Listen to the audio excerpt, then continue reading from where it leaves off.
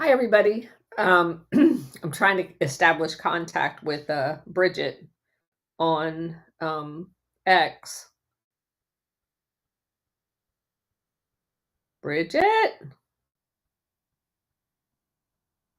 y'all can hear me? Let me bring Bridget back up. See if we can get her situated. Can you hear me now? I can hear you, but can you hear me? I can hear you now. Great.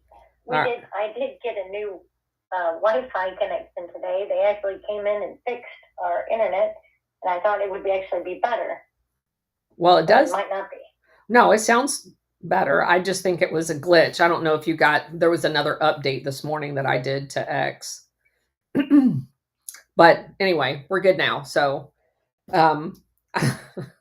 did you hear what I said about you getting my blood boiling?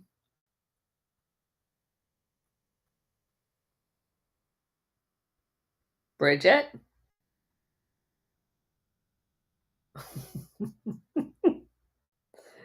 SR, can you hear me?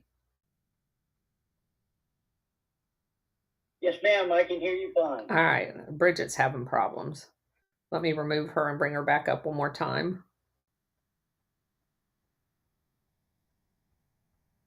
All right. So I'm just going to go ahead. Oh, I think she dropped out. Let me know when she comes back. I'll go ahead and tell you guys what she did. She does this to me all day long, just so that you know. She sends me a post that General Flynn made about that Gilead 4-star Air Force NORAD commander. And of course, he's talking about the fact that, and it could be AI dubbed. I don't know. But he's talking about I think we got caught flat-footed with the drones and the balloon, and General Flynn commented, let me get up here so I can see it. He said, I hope this is AI dub, because if it isn't, this officer should be immediately relieved of his duties. He is obviously unaware of capabilities and or security implications of what he's saying. And then he goes on to say they were balloons as big as buses floating through the American airspace. Guys with guns could have done a better job. What happened to our Air Force? I said in response, any airman knows that nothing flies in U.S. airspace that we don't know what it is. Nothing, because it's immediately shot down. That's just a fact of, and I said, and oh, by the way, there were plenty of guys with guns in America, and they didn't do anything either. So, sorry, little service rivalry there. But guys with guns aren't going to do any better if they don't use their guns than Air Force people with missiles if they don't want to use them. And since they all work for the same chain of command that we're basically told to do nothing, it definitely has nothing to do with the Air Force. All right. I am back home, as y'all can see that are over there on Rumble. And we are going to go back into the book review, part 5, that we're working on, Drugs, Oil, and War. And I'm watching some other videos and information that I'm going to be able to supplement the oil portion of what's going on with a couple of other books that specifically talk about the pipelines and our how a lot of this stuff goes on in the behind the scenes. Obviously, we know the whole premise of our show is that the international syndicate is monopolizing all of the resources, and the war in Operation Gladio is used to secure those resources. And so obviously there's probably no better example than Afghanistan, where all of the things came into play. They have minerals. They wanted Afghanistan to do pipelines from sources to destinations. And basically, it was strategic in nature to get around the people that they didn't want to have royalties from these pipelines, i.e., Russia. And so a lot of the uh, proposed pipelines required us to control, or them to control, Afghanistan. And as the British found out 3 times and now us twice, Afghanistan's not having any of that. So at some point you would think that they would learn, but after 5 times, they still don't appear. Sorry, had to reboot. So they apparently aren't ever going to learn that lesson. All right, so Bridget's back with us. I'm going to go ahead and start on the lesson. The control of drug flows between the CIA and the ISI, and keep in mind that's the intelligence function of Pakistan, which was basically inseparable from the CIA, for carrying the Afghan war north into the Soviet Union. As a first step, Casey appears to have promoted a plan suggested to him by Alexander Marenches that the CIA supplied drugs on the sly to Soviet troops. Although this plan subsequently was denied, there are reports that heroin, hashish, and even cocaine from Latin America soon reached Soviet troops. And the CIA ISI linked bank, BCCI, one of my favorite topics, along with a few American intelligence operatives, were deeply enmeshed in the drug trade before the war was over. I mean, it was the whole purpose of the oil, or the war. So one of them. Maureen Oath heard from a guy by the name of Falco, who was head of the International Narcotics Control for the State Department under Jimmy Carter, that CIA and ISI together encouraged the Mujahideen to addict Soviet troops. Gosh, that sounds so familiar. But the plans went even further than that. In 1984, during a secret visit by CIA Director Casey to Pakistan, Casey startled his Pakistani host by proposing that they take the Afghan war into enemy territory, including the Soviet Union, which is exactly what they did in Korea. Imagine that.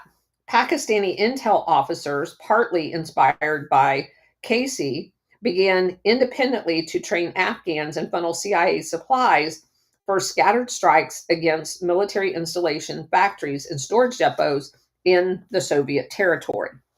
Because this is what they do to aggravate in order to elicit a response. Because that's exactly what they did in Korea to get the Chinese to come into the war.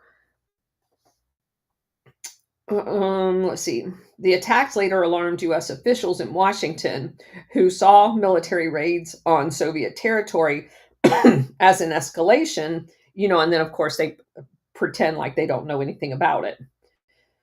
Thus, it was, according to Pakistani Brigadier Mohammad Yusuf, the quote, the U.S. that put in train a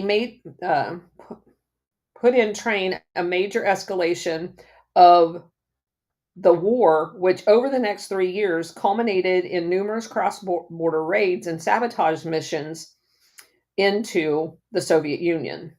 So according to Ahmed Rashid, in 1986, the secret services of the U.S., meaning special forces type, Great Britain and Pakistan, agreed on a plan to launch a guerrilla attack into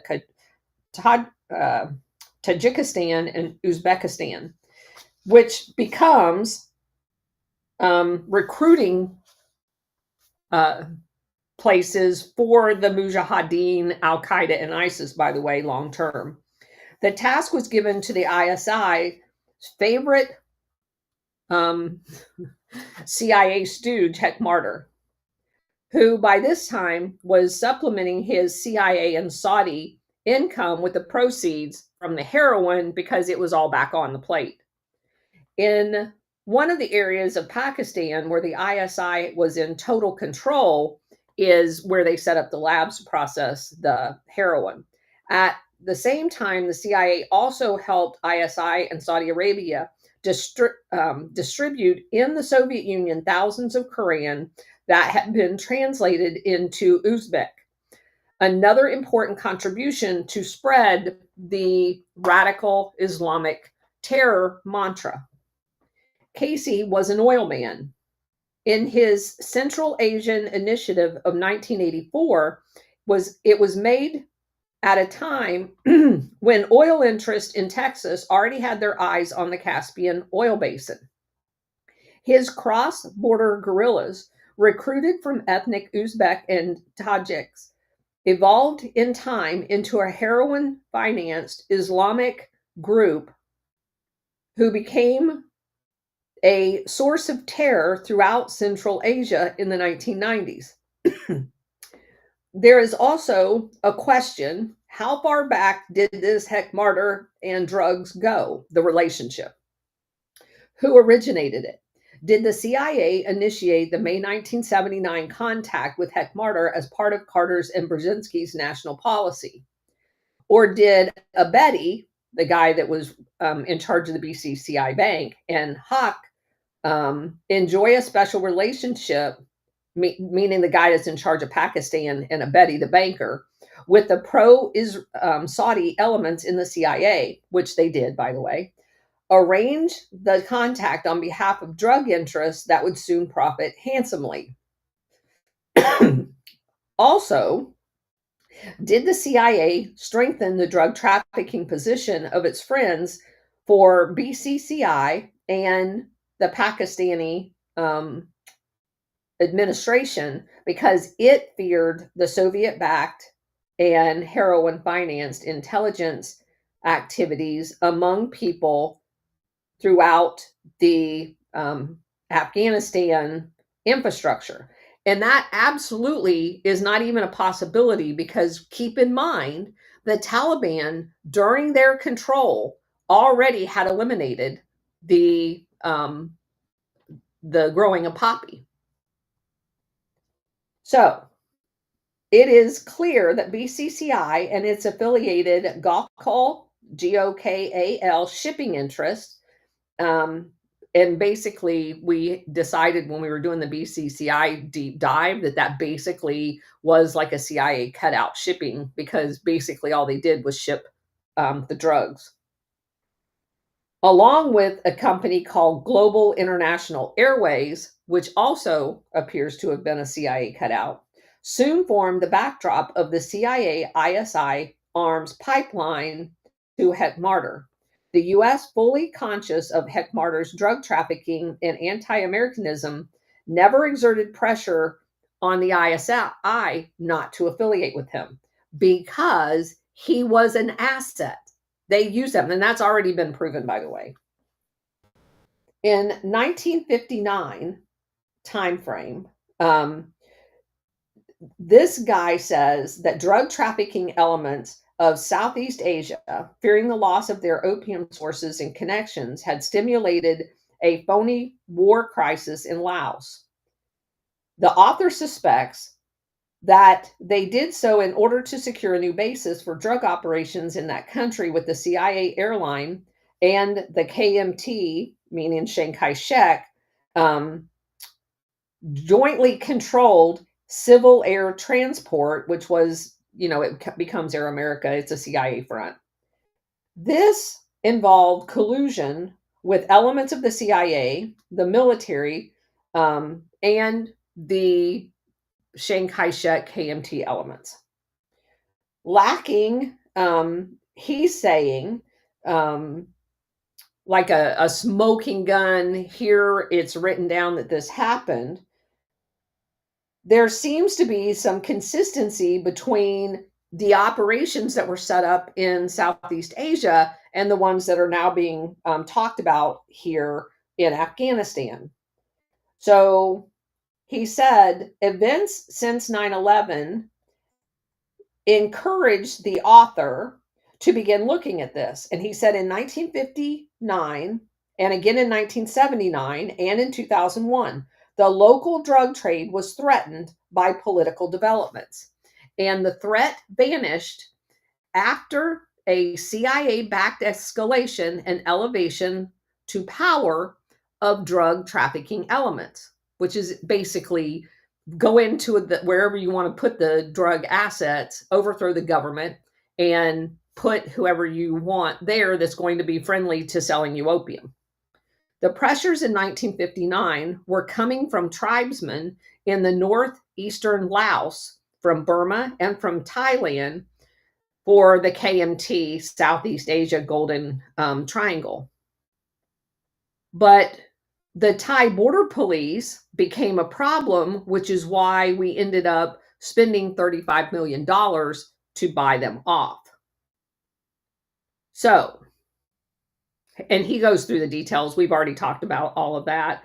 We know how it turns out. That's where Paul Helliwell was. He ends up as the Thai consul in Miami. The whole he says that has several books, by the way, and he and that it was spurred on by a crisis that was happening where the flow was threatened, where they were having to move Chiang Kai-shek around from Burma over to Taiwan, and then they were getting pressure from mainland China on Taiwan, and they were having to start using resources to attack mainland China in order to secure the islands that the CIA had basically acquired to install the KMT. And the conflict that was going on in Vietnam, and then it became even more controversial. The creation of the civil air transport, and he just goes through here describing all of the chaos that ensues. And he says the CIA owned 40% of the civil air transport. The Taiwanese government owned the rest of them, or KMT. They were inseparable at that point. And it says the planes had been supplying the KMT opium bases continuously from 1951. The CIA had been using that airline to fly the drugs around. The result of the phony Laotian crisis in 1959 was to give the official story that there was a problem, and it was CIA-induced false flag, by the way, in order for them to go into Laos. Air America planes soon began doing major airlifts to the Hmong camps in northeast Laos, and by 1965, they had become the primary means of exporting the Hmong cash crop of opium. And by 1968, they were also carrying heroin. And of course, the KMT did the distribution, the mafia did the distribution inside the United States, blah, blah, blah. And in 1959, that crisis was the first of a series that between 61 and 64 would lead to greater and greater involvement in Laos and Vietnam. Air America's support for drug trafficking with the Laotian leader, Nosaban, contributed to the false flag crisis. Clearly, it was a stimulus from the US government that basically made all of this stuff happen. We now know that a plan for a KMT reinvasion of South China, a plan first authorized by Truman in 1951, continued to be supported long after the Korean War by some high-level generals and CIA officials. These range from extremists like Air Force General Curtis LeMay, who wrote privately about nuking China, to CIA Deputy Director Ray Klein, who had served as a CIA station chief in Taipei. The plan was revised between 1959 and 1962, when the McCarthy question became who lost China. And you see that because it translates into who lost Cuba, because the rebellion in Cuba created the loss of their drug staging into the United States. And then you turn around and they lost the Korean War, which is where, and this guy just says the same thing, which I surmised all along, that the whole Korean War was fought in order to reinsert Chiang Kai-shek into China so they could have control of China, like the entire mainland China. And then, of course, we go to Vietnam and Laos for basically the same reason, to expand. Since we've now been closed out of China and we're not going to get that back, they're going to expand the opium fields using the Golden Triangle, and we all know how that turns out. Perhaps the most vocal advocate of the plan from 1959 to 65 was the KMT-sponsored Asian People's Anti-Communist League, which turns into the World Anti-Communist League. Their members had a facility and their headquarters in Taiwan, and basically sponsored the airlift of the KMT opium camps from Western Laos. And we've went all through that with our series on the World Anti-Communist League. But this is a quote for you. The KMT stake in the Civil Air Transport airlift to its troops in the Fertile Triangle became obvious in 1961 when Fang Qing, a member of the KMT Central Advisory Committee and Secretary General of the Free China Relief Agency, admitted responsibility for an unlisted civil air transport plane that had just been shot down over Thailand by the Burmese Air Force. The unpublicized visit to Laos of Fang Qi in the weeks immediately preceding the phony Laos invasion of 1959 suggests that the narcotics traffic, as well as the Paosan Lao activities, may have been the reason why the civil air transport plane inaugural flights in that year into the opium growing areas of that province, unquote. But KMT machinations, along with the phony Laos crisis in 1959, would have gone unheeded had it not been for support from the CIA. A key role was played by the influential CIA ally Joseph Alsop, ALSOP, an old China hand and columnist whose inflammatory reports from Laos helped trigger the U.S. authorization to charter Air America airlift. Because, the CIA always has their journalists there to document the outrage so they get whatever they want to manipulate the propaganda. We should not be surprised that the CIA and its friends took steps to protect and strengthen the KMT drug traffic in 1959 at a time when the traffic was being challenged. For a decade, the CIA and its part-ownered civil air transport had played a key role in building up that traffic. As the most dependable CIA asset in the Far and Southeast Asia, the origins of that collaboration warrants closer study. So, of course, he's going to provide us more details. And by the way, this is one of the most well-resourced books as far as footnotes go.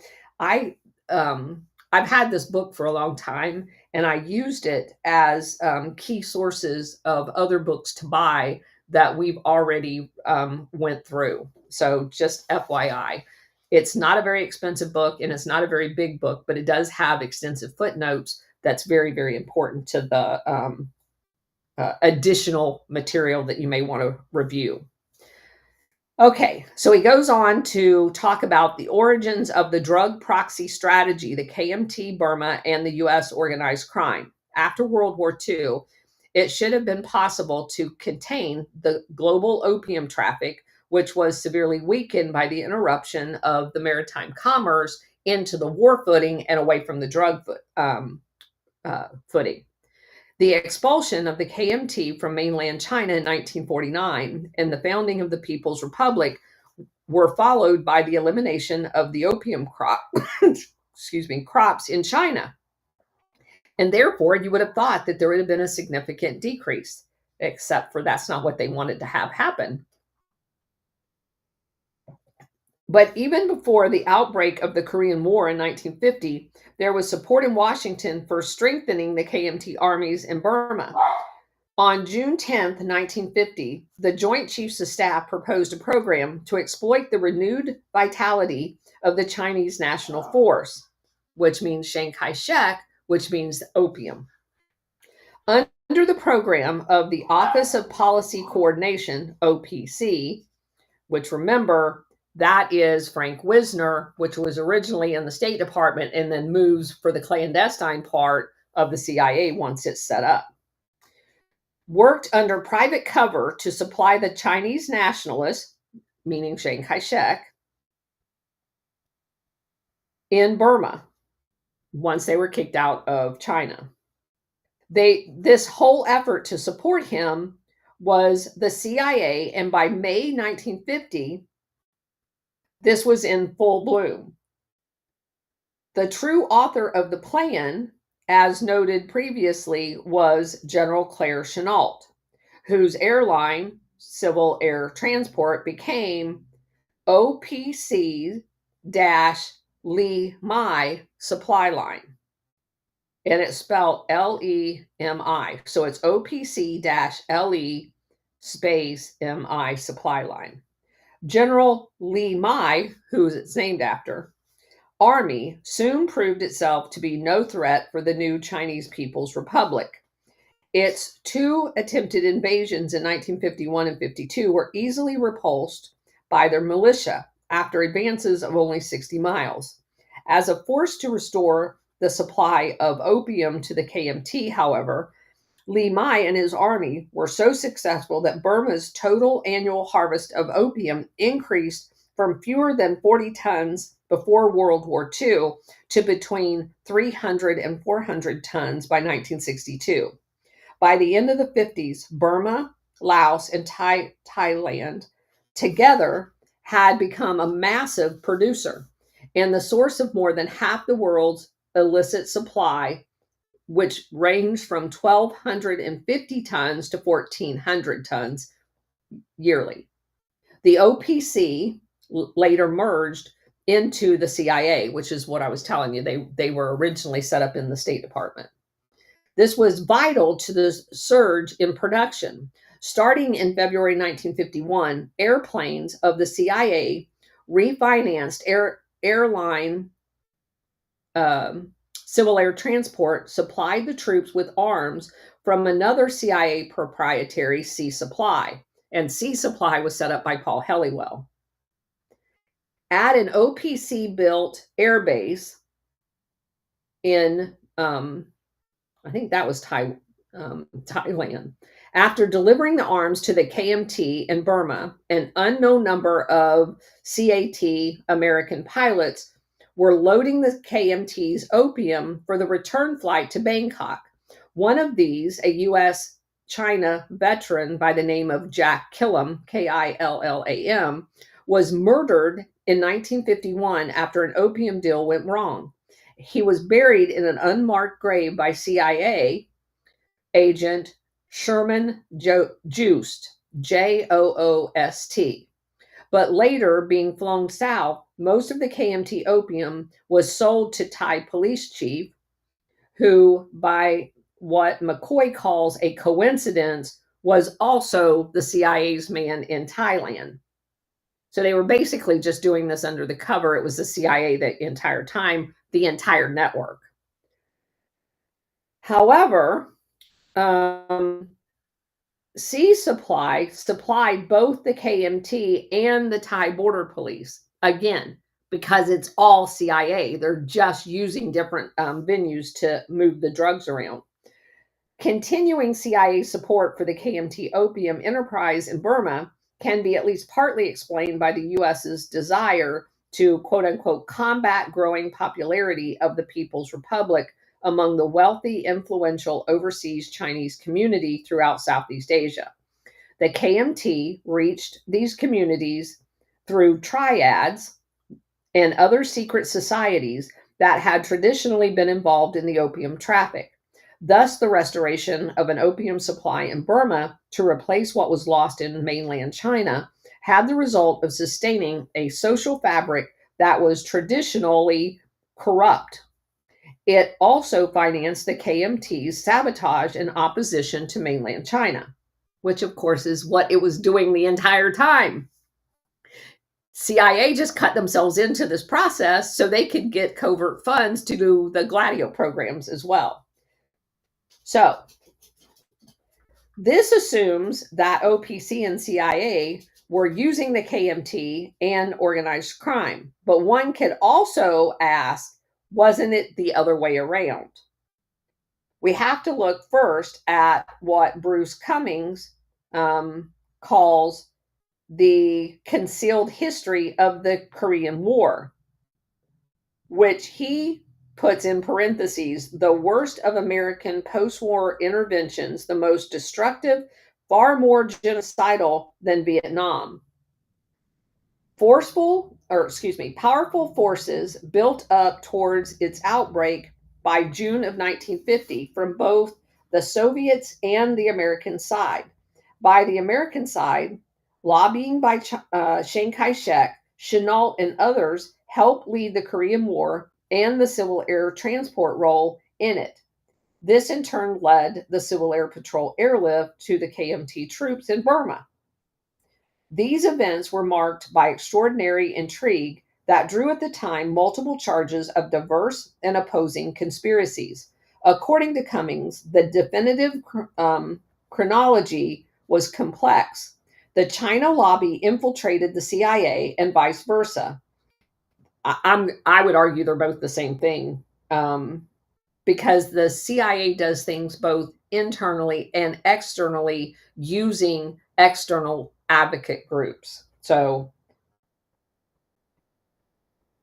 the insiders knew that by the mid 1950s that the war would soon be coming to an end. It was in this context that early in June of 1950, Whitting Willauer, Willauer, who supposedly was working for the Civil Air Transport airline, flew to Washington to negotiate the final takeover of the airline by the U.S. government's Office of Policy Coordination, probably before the outbreak of the Korean War happened. Frank Wisner of OPC decided to acquire the airline. So by June 28th of 1950, CIA Director Hillenkotter formally approved the OPC CIA takeover of the airline. This was 3 days after the outbreak of the war that would generate 15,000 missions to be flown by the Civil Air Transport. Recall, however, that General Lee Mai was whose survival in Burma would depend on that same airline, was reportedly already working for the CIA by that time. Meanwhile, in June of 1950, a debate arose in Washington, much like that after the events of 9/11, as to whether or not there was that there had been an intelligence failure that was leading us into the Korean War. Here's a quote. The CIA predicts on June 14th a capability for invasion at any time. No one disputes that. 5 days later, it predicts an impending invasion. Some dispute that judgment, but the report is still missing. Kennan says that no one paid attention to Korea except to worry about the South attacking. And Atkinson says that we had only MacArthur's intelligence reports. Now, I have to stop right there because remember, MacArthur had placed in his chief of intelligence was a logistics officer. And the only credible strength that guy had, because he had zero intelligence experience, was he had his head so far up MacArthur's butt, kissing it, that he produced intelligence to say whatever MacArthur wanted him to. So MacArthur didn't have any intelligence. He just had a piece of paper written on it, whatever he wanted it to say. And you have to know that in order for this to make any sense. All right, so let me start this again. Atkins has said, when we had only MacArthur's in quote unquote intelligence, when there were 15 committees collecting intelligence on Korea. Now, Corson also says that June 14th report leaked out to quote unquote informed circles. And thus it was feared that the administration critics in Congress might publicly raise the issue. In consequence, a White House decision of sorts was made to brief Congress on the point that all was well in Korea. Would it not be the expectation that Congress would be told that all was not well in Korea? That is, unless a surprised and outraged Congress was the goal. So, in other words, they're hinting at another false flag. With this and much more evidence, Cummings suggests that the war-suited people in high places, not only in Taipei and Seoul, but also in Washington, D.C., and that's absolutely true. This is symptomatic of what might be called the, let's see. He doesn't actually mention Paul Helliwell, this Cummings guy does, but it was what Paul Helliwell first arranged in 1949 for Chenault to meet with Wisner and seek support for the plan. Helliwell was obviously a key figure, a veteran of the OSS, KMT, because remember, he was the military advisor to Chiang Kai-shek during World War II as the OSS guy, which worked with opium warlords during World War II and made regular payments in opium. Remember, because he was the one that called Allen Dulles and told him about it. Helliwell dealt with Tai Lee, the KMT police chief, whose bureau it was composed mainly of Green Gang drug traffickers. And like Tai Lee, he went on to become the architect of the governmental intelligence drug connection, meaning Paul Helliwell did. He basically took over that role for the CIA.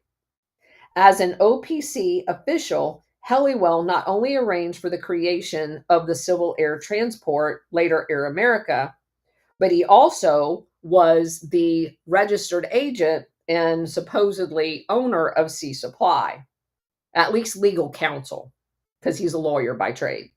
The proprietary, which supplied arms to Chiang Kai-shek, even though the official Washington position is we didn't do that.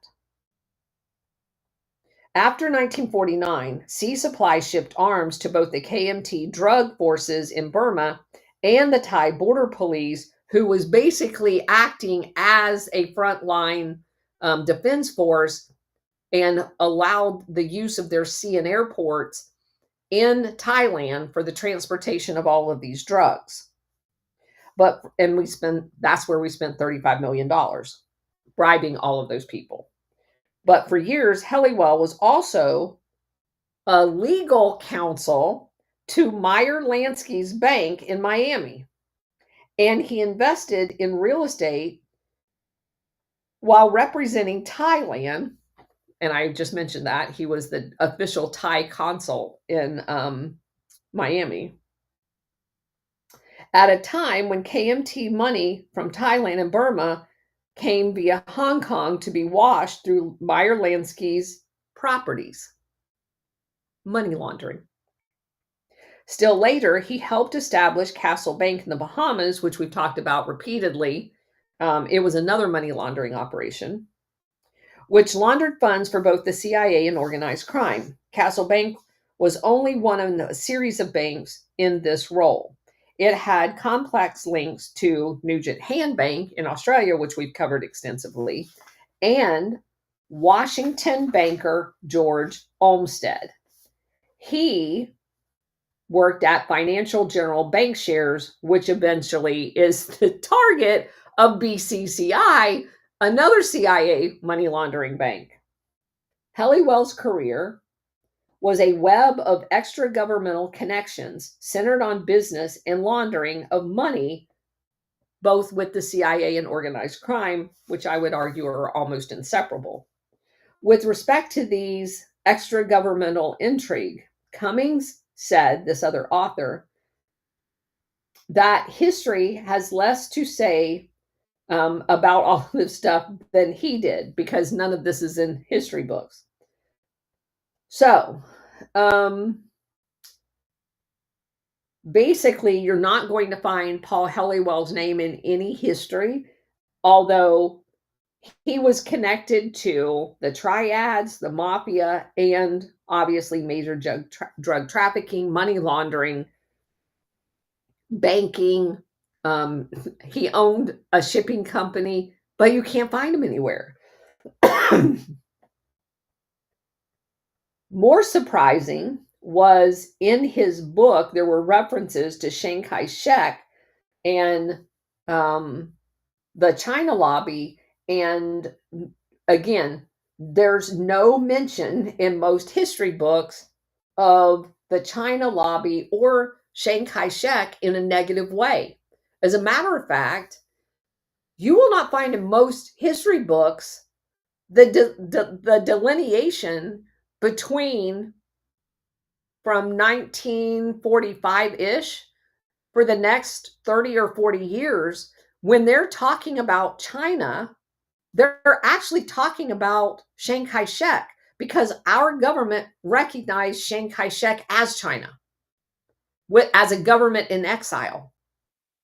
And sadly to say, I was as ignorant to that before I started this journey as everybody else is.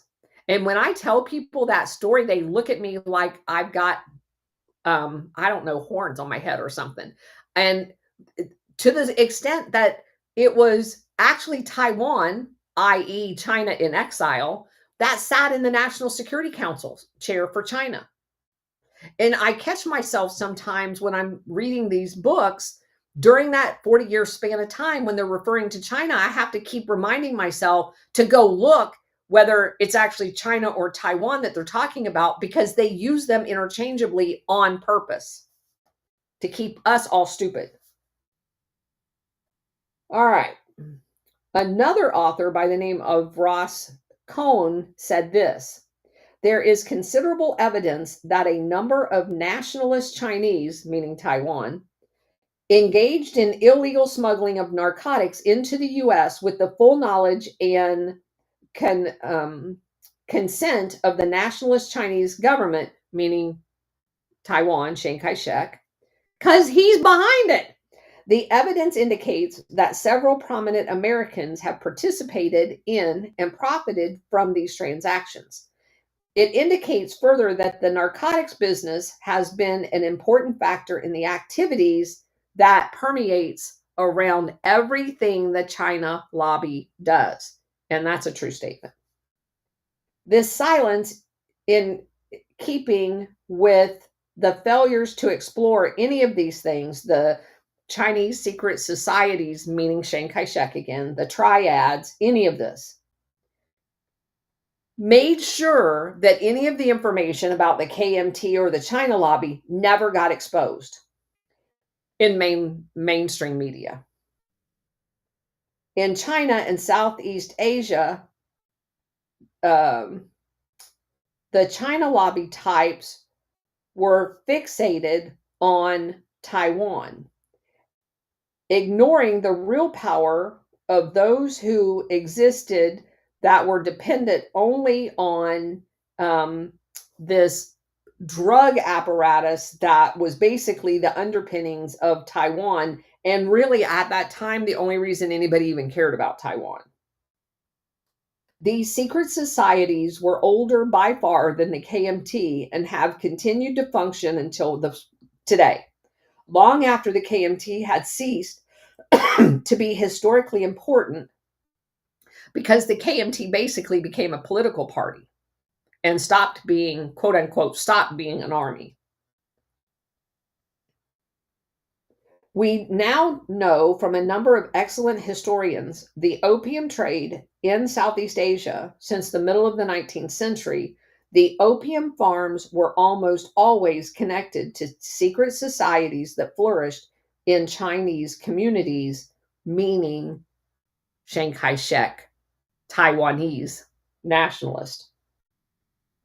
It is now also generally recognized Chiang Kai shek's seizure of both the KMT and China, like the government in exile China, was achieved with the help of the opium trafficking Green Gang.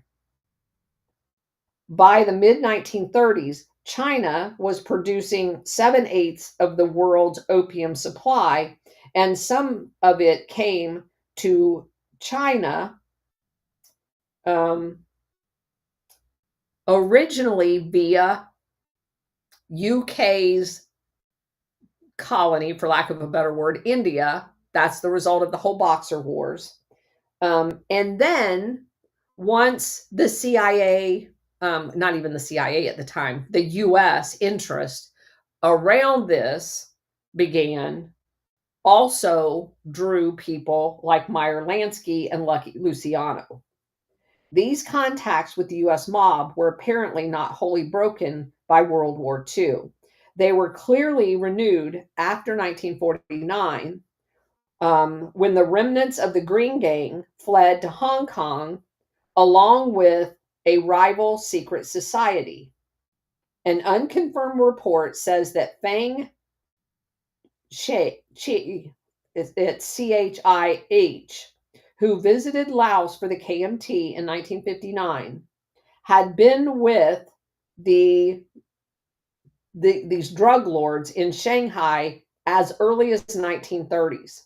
It is certain that a high-level drug bust in 1959 in San Francisco involved the same Hip Sing Tong as an earlier organized crime drug bust in the 1930s.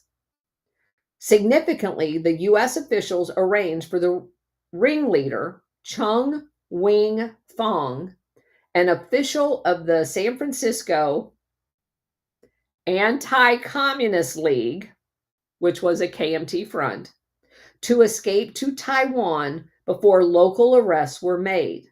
A subsequent U.S. report to the UN on the incident noted that this activity paralleled the operation of the triad societies in Hong Kong. So you had one element of the Green Gang go to Hong Kong because it was going to remain a British protectorate, and the other one was facilitated by the US, meaning Chiang Kai shek, to go to Taiwan. The Hip Sing dope and other criminal activities, like those of several other drug lords, predated and outlasted by far the KMT link up with the Green Gang in 1927. Between 1905 and 06, a war in New York City between the Hip Sing and their chief rival, Ong Leon, occurred. 90 years later, the organized crime of New York's Chinatown was still dominated by those people. In 1996, long after the decline of the KMT as a force in Taiwan, I would argue they're still a force because they're still a political party, but whatever. The Hip Sing Tong was involved in yet another major San Francisco drug bust. The KMT was faded, but these other drug lords and their drug connections were still in place, largely thanks to the CIA. These continuities lend a coherence to the intrigue leading up to the Korean War and would otherwise be missing. For example, if you don't understand people like a guy by the name of Sateris, who went by Sonny Fasolis, a minor mob player who went on to major organized crime swindles in stolen securities, supplied $500,000 as part of a China lobby campaign to support Chiang Kai shek with army backing, but against State Department opposition, quote unquote, State Department opposition. Fasolis was tapped by Colonel Williams from an army unit to be part of a campaign. Almost certainly, this was Colonel Garland Williams, the creator of the U.S. Army Counterintelligence Corps. After the war, Williams continued his intelligence career at the Federal Bureau of Narcotics as one of the small group of FBN officials who used their knowledge of the drug world to create mobsters, to recruit mobsters for intelligence purposes. A key example was Williams' former subordinate, George White, who, with the aid of Meyer Lansky, recruited Lucky Luciano during World War II for the OSS ONI Project Underworld, which in 1959 arranged for the escape of those people in the drug bust from San Francisco to get back to Taiwan. So it is crazy. And remember that the arrangement with the OSS and ONI was also a false flag during World War II of a ship in the harbor in New York being set on fire, and then said, oh my God, we need to make sure we control use the mob to control the ports, which then, of course, is control of everything coming in and out. Yeah, the whole thing has been set up from the get-go. The political efforts of the China lobby were inseparable from their connections to the American mobsters, which had a big stake in the future of drug traffic and how the outcome of the KMT and Chiang Kai shek arrangements. These figures, in turn, played a central role and had deep connections to U.S. intelligence, meaning the CIA. No one was better located in this respect than Meyer Lansky, who by 1960s enjoyed protection and virtual immunity from prosecution, both in the FBI and CIA. If we look at the deep underpinnings of the intrigue of post-World War II and the U.S. politics in the Far East, it helps us understand how these could have led to the restoration of the world's chief opium source just at the point when the pre-war source of supply was being eliminated. The author says, let me be clear about what I am not saying. I'm not suggesting that anyone at the highest levels of U.S. government made conscious decisions. I am, though.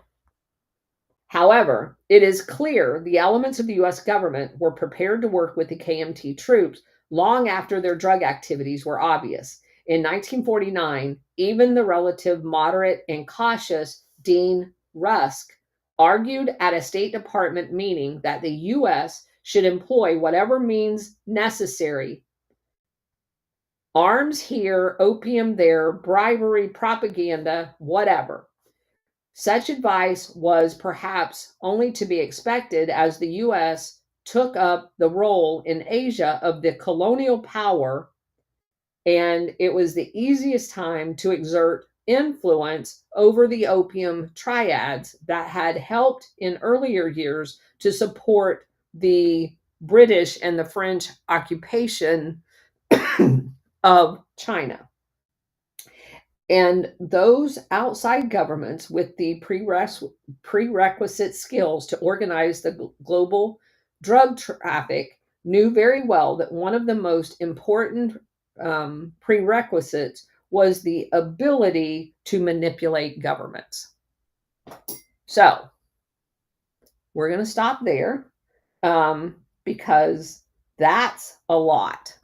But it goes to the whole underpinnings of how we got to where we're at, because there's so much underpinnings to how we got to where we're at today, mired in this history and the supporting of the drug elements. And you just see the drug of choice changes over time, but the infrastructure used to support the distribution, the creation, all of that stuff never changes. And I believe that all of the conversation around the most recent elements of the drug trade being fentanyl, while it gets attributed to you and I's vision of mainland China has never been in the drug production. The triads that were located in Hong Kong, the Taiwanese, and the multiple additional islands other than the one that we think of as just being Taiwan, has always been in the drug business. So I'm very cautious about attributing that to mainland China. That doesn't mean it's out of the question, but it just means it doesn't fit the fact pattern. Just like all of us assumed that the Taliban was just as bad as Al Qaeda, Mujahideen, and everything else until, because it's a labeled terrorist group, right? Until you actually dig down and find out that the Taliban is nothing like all of the rest of them. It's the only faction in Afghanistan that had any history at all of being the anti-drug person. But weirdly enough, it got listed as a terrorist organization. And one of the things, which is why I wanted to bring this up, that I just found out because I didn't know this. There is a group that had been labeled a terrorist group, but let me see if I can get the story right. There's, and if you can find it, either SR71 or Bridget, if you guys find this article, please post it. There is, and this happened a few years ago, maybe several years ago, during Trump's first presidency.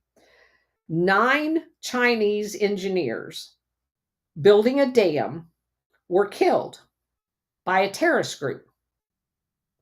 The terrorist group that killed them had just been delisted as a terror group by Secretary of State Mike Pompeo based on CIA quote unquote intelligence out of Turkmenistan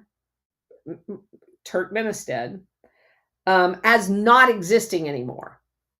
So a jihadist Turkmenistan group that didn't exist, according to Mike Pompeo's State Department, killed 9 Chinese engineers working on building a dam in Pakistan as part of a project that brings the gas and oil to China from a port in Pakistan.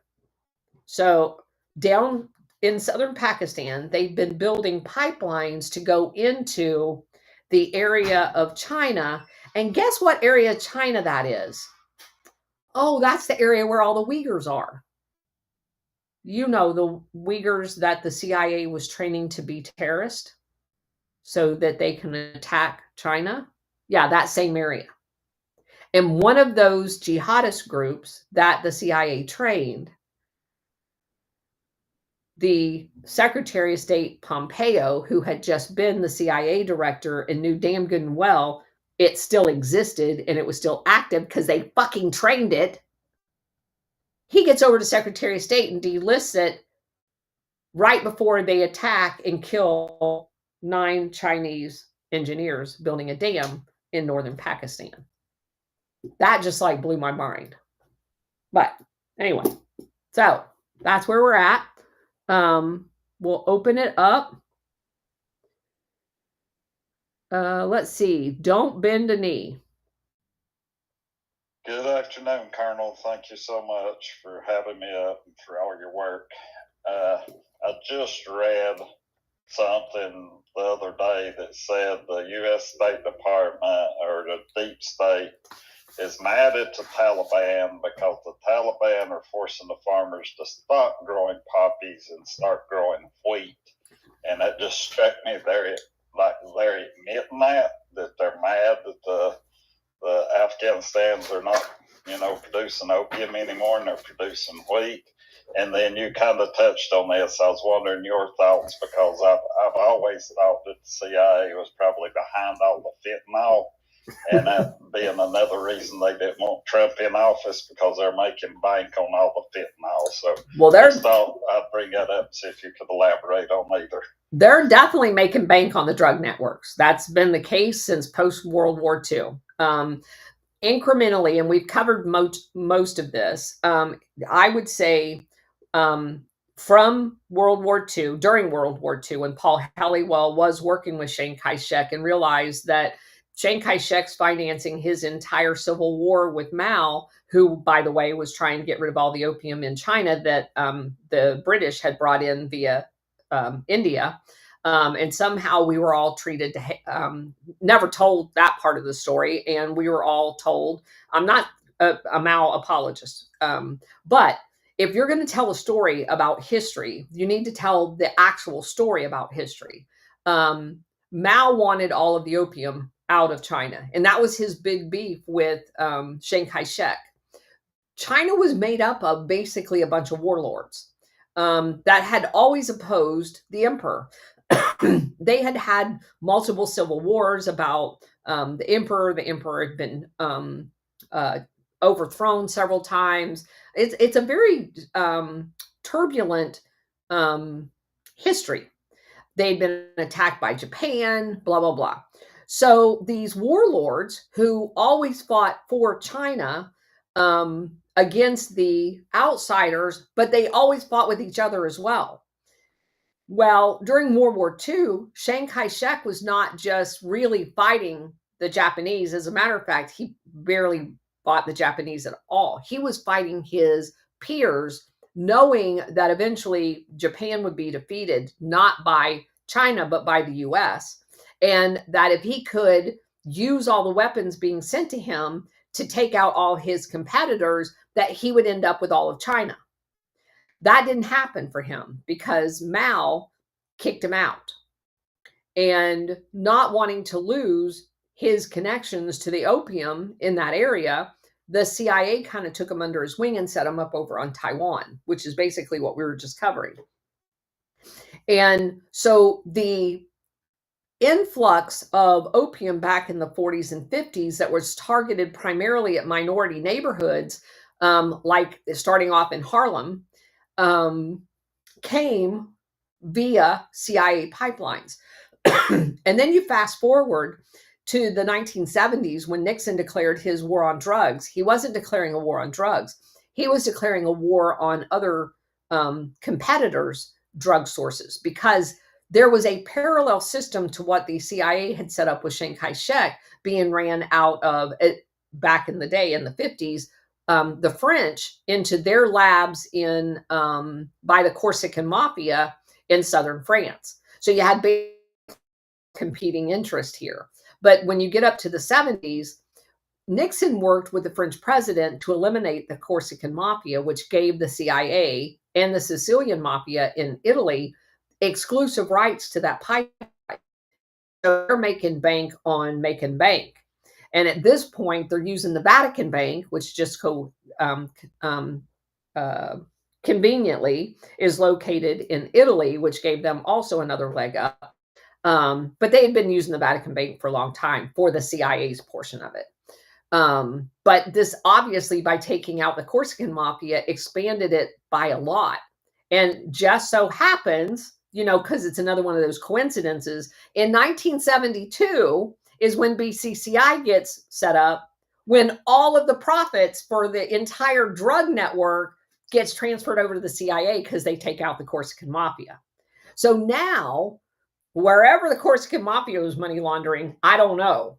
But now the proceeds far exceed the Vatican's capability of money laundering, so they need more fake banks. So they set up Nugent Hand in Australia. They set up BCCI, supposedly in Pakistan, but it wasn't actually ever. I mean, there was a bank called BCCI in Pakistan, but that's not where all the action happened. Betty immediately moves to London and opens a branch there, and that's where all of the meetings are. It was registered in Luxembourg. So the fact that they call it a Pakistani bank is kind of funny, because it was in fact not, although there was a branch there.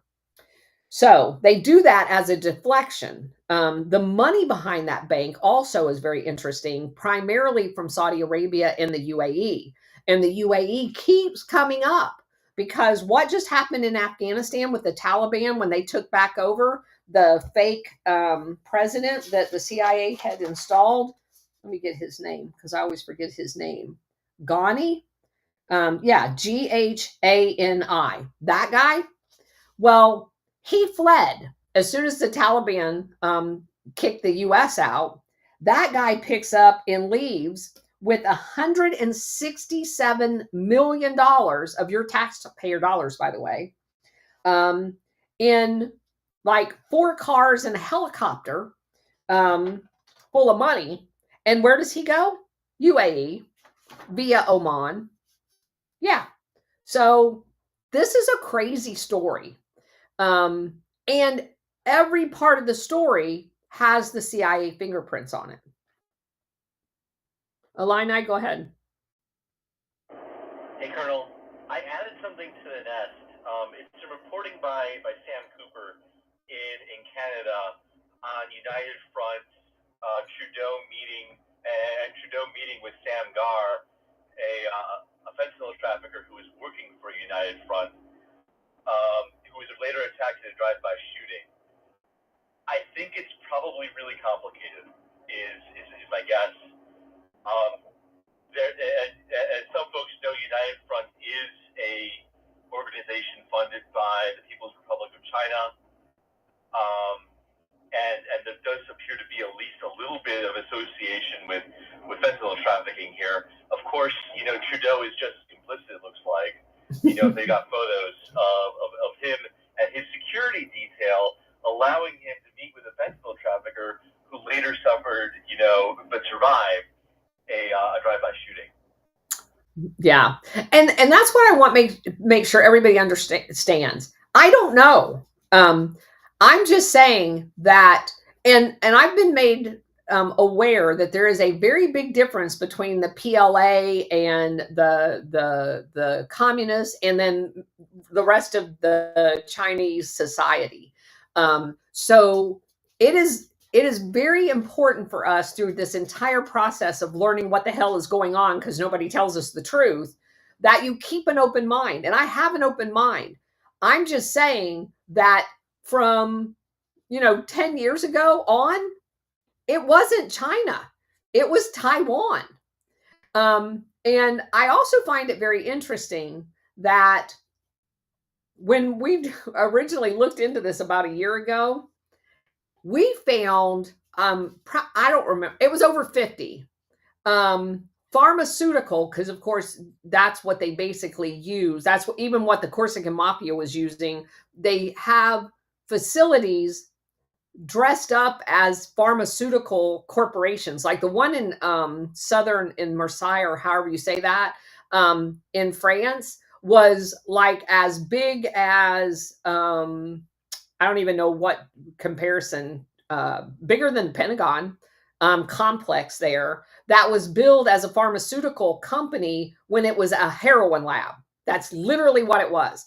And the people that do the heroin processing all have the same credentialing, like chemists and stuff like that you would have working at a pharmaceutical facility. So they're very similar as far as a footprint and who works there, that you're not able from the outside to be able to tell that is a source. They obviously later, once they took the whole Corsican Mafia down, it was revealed once they're all dead, nobody's going there. The lead chemist, because he had been able to refine heroin to a level no one else had been able to do. So what the CIA did was they snuck I'm going to use the word apprentice. That's not what it was, but an apprentice in there to basically figure out what his secrets were. And that it was after that happened that they were able to eliminate that and then basically down in Sicily for the Sicilian mafia to take over that piece of um, the infrastructure. But again, they disguised it as a pharmaceutical company. So there's lots of things going on there. And I just ask everybody, when you do your research into that and when you read stuff, keep an open mind that what we're being told isn't necessarily the story, it's a story. But thank you for putting that up there. I'll have to look at that. All along. Hi, Colonel. Amazing show tonight. I just wanted to point out this. You had a fascinating, for me anyway, interest of Joe Alsop in, I believe, around Laos in '49, if I'm not mistaken. I could be wrong there, but it was fascinating for me because as I've kind of studied the White House phone logs of right after Dallas, which you can do. They're all online. They're fascinating. You can literally hear the Warren Commission being spun from key phone calls, specifically those with the CIA's literal #1 Operation Mockingbird man, Joseph Alsop of Washington Post and CIA, and they're inseparable in that context. And you can see him knit that, and especially, I'm going to try to put this one in the bubble because every patriot, I think, should hear. If by patriot we mean loyalty to the basic aspects of the U.S. Constitution. If that be our definition, then every patriot should hear this phone call because it's amazing. You can literally hear the CIA knit the Warren Commission, which is, again, why the Gene Hackman character was named Rankin. That's a tip-off to the runaway jury being an allegory about how the CIA and through Joe Alsop made the Warren Commission. And of course, that made future President Gerald Ford as well. But so I'll try to post that phone call in the bubble. Yeah, please do. Fascinating listen for everybody. Yeah, thank you. That's awesome. Okay, talk to you later. Thank you. Yeah, thank you. Life in China. How are you? I'm doing good. It's about 5:12 a.m. I just happened to wake up and catch your. So I don't know how much you've talked about. I'm looking forward to going back and listening to everything that you've talked about. And you've responded to a couple questions I've had. And so I don't know if this is an appropriate question. And again, being that I just jumped on, but I live in China. I'm an American. I love my country. But I also love living in China. And I get lambasted. I get attacked. I get threatened on Twitter, on X quite often in regards to what I share in my experience. But one particular question I had is, and I posed this to you, but just wanted to see if it's okay to talk about Tiananmen Square, and Sure. if you think that was actually a coup attempt. I suspect it was because of Soros's organization was here, and he was actually kicked out either right before or right after. Right before. Yeah. So can you tell me a little bit about what you know, and so the audience can understand that it wasn't. It wasn't enough.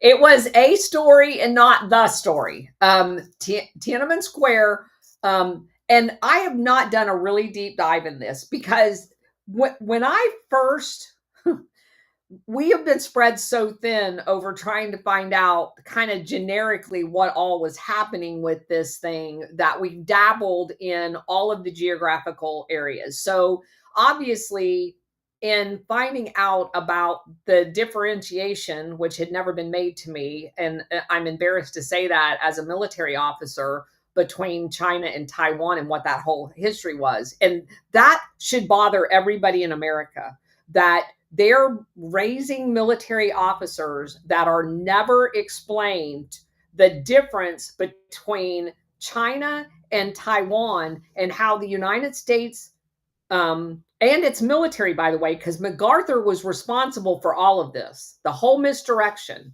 of setting up a drug kingpin in Taiwan as a government in exile and recognizing that drug kingpin as the leader of China and basically like taking white out and covering up mainland China for the next 40 years as the dictator, because he immediately declared martial law in Taiwan, pretended to be China. That's just, to me, in and of itself, if I didn't learn another thing in the last 2 years of Operation Gladio, that blew my mind. That's probably the biggest mind-blowing moment I've had of any of this stuff. So when you figure that out, and then you find out, well, shit, we were training Tibetans in Colorado to destabilize China. We were training Uyghurs in the stands next door to destabilize China. It required me at that point to go back and go, what the hell is going on and what happened in Tiananmen Square? Well, if you go back and you actually start looking at that, it looks like a coup. Every aspect of the lead up to that event looks like a coup. As you mentioned, the George Soros presence, everything that we saw in Ukraine before 2014 was present in China. And I now, and I can't point to any one aspect of it, but all of the research that I did of what the American, the contracts that the American government had with different entities, the resources, obviously in China, it had all of the hallmarks of a coup of every single other one that had been based on the destabilization leading up to it. So I agree with that 100%. Great. Thank you so much. I really appreciate that. You're doing great work. Thank you. And believe me, I get called all of those names as well. You know, I've been a Putin apologist. I've been a communist sympathizer. I've been all of this stuff, and I'm none of those things. I don't want my government and my country to be a fascist country. And no one, and this is my retort to every single one of those people. You tell me a single country that the CIA has been instrumental in overthrowing the government in the quote unquote name of democracy. Show me one country where Soros has funded his open society, where the open society and the quote unquote democracy didn't end up with millions of people dead. I want just one. I'll take one. I've got 90 that I can show you left a fascist government who murdered their citizens and installed a Gestapo-like government structure with, and I can name the names. I mean, the Office of Transition Initiatives, the Office of Public Safety, they used all of the same things, USAID, US Information Agency, all of them, every single one of them. And then, of course, they start with the NGOs, blah, blah, blah. Not a single country that the CIA has displaced, murdered, boiled in acid, whatever it is, the disposition of that poor soul, or whether they offer him money and he flees. None of them has ever resorted in a republic.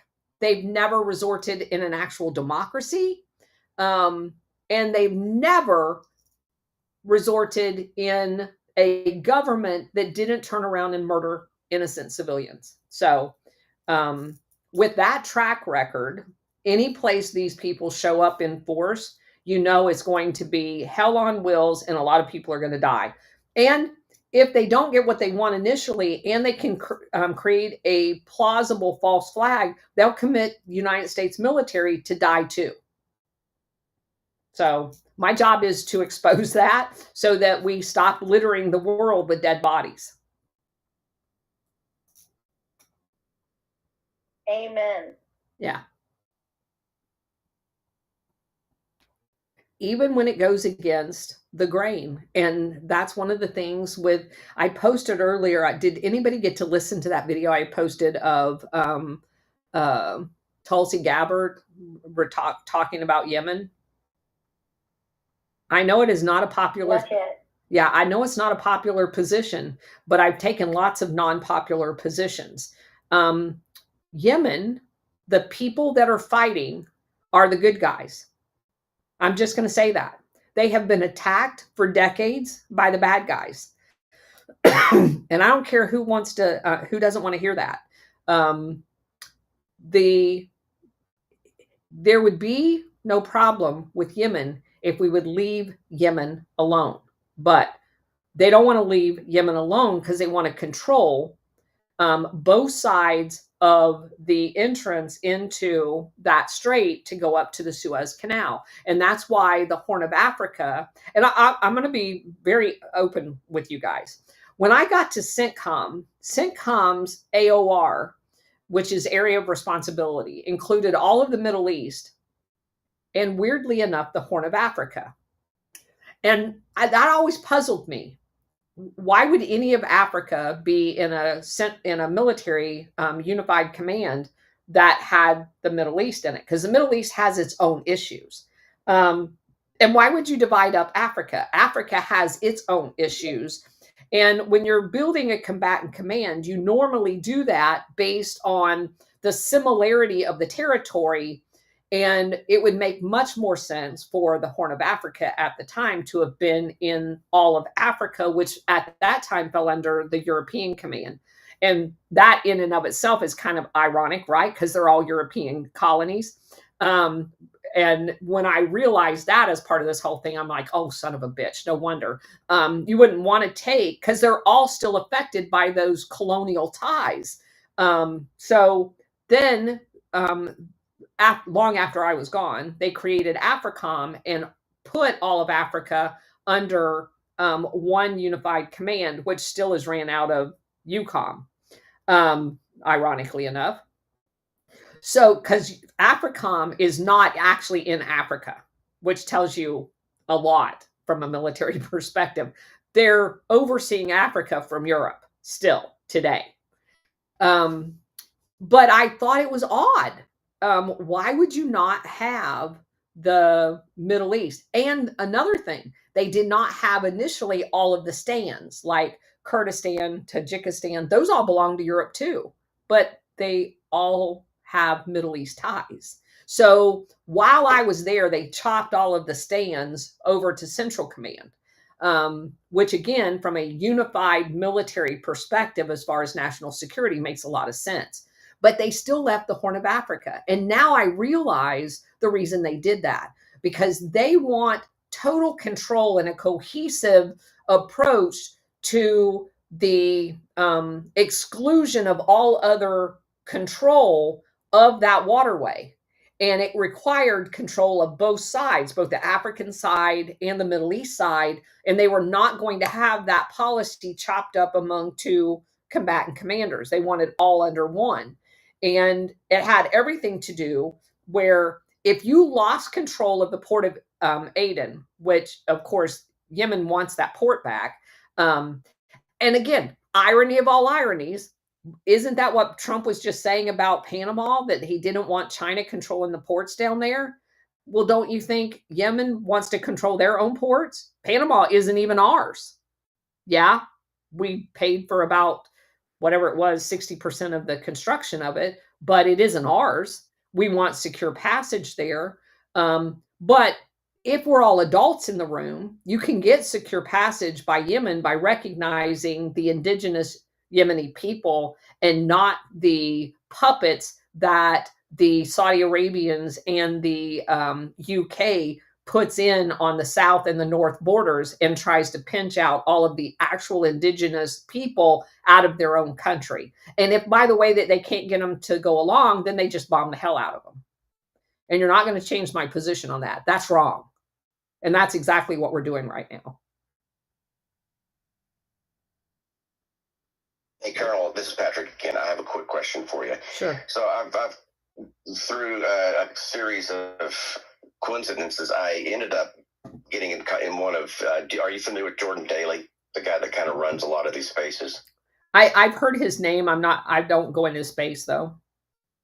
Okay. Well, he's got like 1.2 million followers, and I got into a little debate with him. He was actually very willing to listen and was fair. Was a fair moderator. Um, but we had some questions about China. A lot of people on the space had questions about China, and we ended up setting up a debate with one of his guys that he knows in regards to China and America. And my purpose is to share my experience here so that Americans know that China is not the enemy. And we'll talk about a little bit. I'm sure Taiwan will come up. I'm sure Xinjiang will come up, and all the the typical media narrative stuff that comes up, or China hating narrative stuff that comes up in the media. But I would like to extend an invitation to you to join me in that call. I've got two other people that are going to be joining me, and I would love for you to kind of be my side of the panel to share your expertise and your knowledge, because I can talk about this stuff at a 35,000 foot level, but the detail that you can share, I think it would be so much value to the listeners on that call. So I'm publicly offering you a position in the speaker panel. So when is it? Or you can DM me. We're working on the dates. Okay. All right. Yeah. Was supposed to be today. It was supposed to be today at 10 a.m. I mean, they trying to shoehorn me at a certain time, and they want me to be by myself. And I just don't think it's fair, to the audience to have just myself. I want like professional can really share their level of experience. Long story short, it's supposed to. We're trying to push it to Tuesday or Wednesday of next week, okay, like 9 or 10 a.m. in the morning. All right, just keep me posted. Yeah, DM me. I'll be there. I will warn you that this is, Jordan's great, but some of the people that are going to be coming up, I mean, they're going to be screaming the shill. They're going to be making accusations. They're pretty. There is a group of zombies, China hating zombies. So just be prepared for some insanity. Okay. Well, just so that you know, I will not participate in a forum where people talk over each other. If they're going to allow people to have the floor and present information, I will be happy. And I'm not talking about I'm going to, talk for 15 minutes, but you have to be able to actually talk. And I'm not talking over people. I just will not do that. I don't let it happen in my space, and I'm not going in a space. As soon as they start doing that shit, I leave the space because I will not participate in that. So just FYI. I've had that problem. So I will, I'll reach out to Jordan again and say, hey, look, let's play by the rules here and give everybody an opportunity to talk and mute those who, aren't speaking. So I'll reiterate that, but I don't blame you. I've felt like that. I had a guy threaten me. I mean, his profile says Hitler, and it says Christ is King in his description, and he was just, dropping the F-bomb, get this fucking chill off, and it was just crazy. Yeah. So, but hopefully he'll abide by the rules, and it'll be a fair two-sided debate or conversation. Yeah. Thank you. You're awesome. Thank you. I'd love to do that. Illini, go ahead. Hey, Colonel. One question for you, or maybe the audience here. I ran into Sherman Skolnick, who basically was part of the committee to clean up the courts in the 1970s in Chicago. And one of the cases that he referenced was Continental Bank. Continental was sued, quote unquote, in the 1970s for basically providing support to agent provocateurs as well as propagandists. And he claimed that there was this federal lawsuit. So this probably would have been in the Northern District of Illinois, and there's probably going to be a large number of lawsuits against Continental just because they're a bank, and probably because they had to be part of the foreclosure process, which can be contentious. But if anybody knows anything about a case or maybe a riot that involved people going inside the Continental building, and can help me try to pin down that date, or maybe who the plaintiff might have been, that would be helpful, because I think the case files for the Northern District of Illinois are still being preserved to this day if we know where to look. Cool. If anybody knows anything about that, I don't know, is War Hamster still here? Yeah, he's down there. He's very good sleuth when it comes to banking stuff. I'll touch base with him later. He's down there listening. But yeah, Continental. Whew! You guys in Illinois definitely have your share of crooks. You'll be very interested in the Continental because it has a long history within our country as well. I was doing research on it and then got sidetracked. But at one time, that bank is an interesting bank. I'll just leave it at that. Well, they're tied to because of how they dealt with. Yeah, they're tied to all of the a whole bunch of very nefarious stuff. I know, and obviously there's a lot of links with Cardinal Marcinkus Yes. as well as the Kennedy family. It's documented in Paul Williams' book. It's documented in Penny Lerneau's In Banks We Trust back in 1984. Yep. What I'm trying to do though is I'm trying to get to the original, some of the documents and some of the allegations that are out there, and I'd like to kind of, rather than having, arguments from journalists and stuff like that, try to find some documents that got admitted in the court and also kind of get the other side of the story too. Yes. And just try to pin it down as much as we can and to try to get, the provenance and the foundation on it as firmed up as we can. And not just innuendos. You want the actual stuff that was brought into a court of law. I understand it. That's awesome. I think if you've got Penny Lerneau, you kind of got a good case to put in front of a 70s, liberal libertarian. But I think we can probably try to do better on it too. Yeah. So that's all. Good point. Renee, go ahead. Hey, Colonel. Hey, everyone. Good to be here with you as always. Question regarding China and something that's been in the news lately. It seems that Canada is going off about China executing 4 Canadians for, I guess, drug crimes. And when I was trying to learn more about it, it seems that, it's on the usual suspects, BBC, and the mainstream media. But when I did some more thorough searching on Yandex and some Russian news outlets, there was nothing. So since Life in China, I believe his name is Patrick, is here with us, I was curious if you've heard anything about this recently, please. No, this is actually the first time. How recent was the news? Today.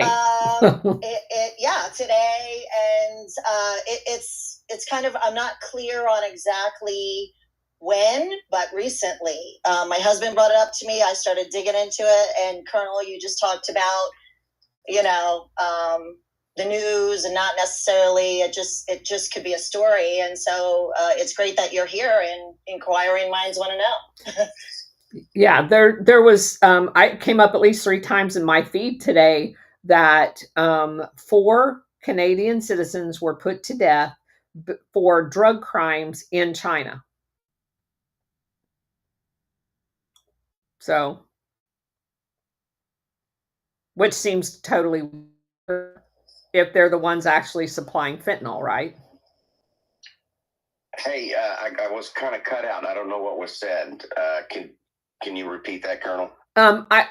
It came up in my feed like 3 times this morning or earlier today that 4 Canadians were put to death after having been found guilty of drug crimes in China.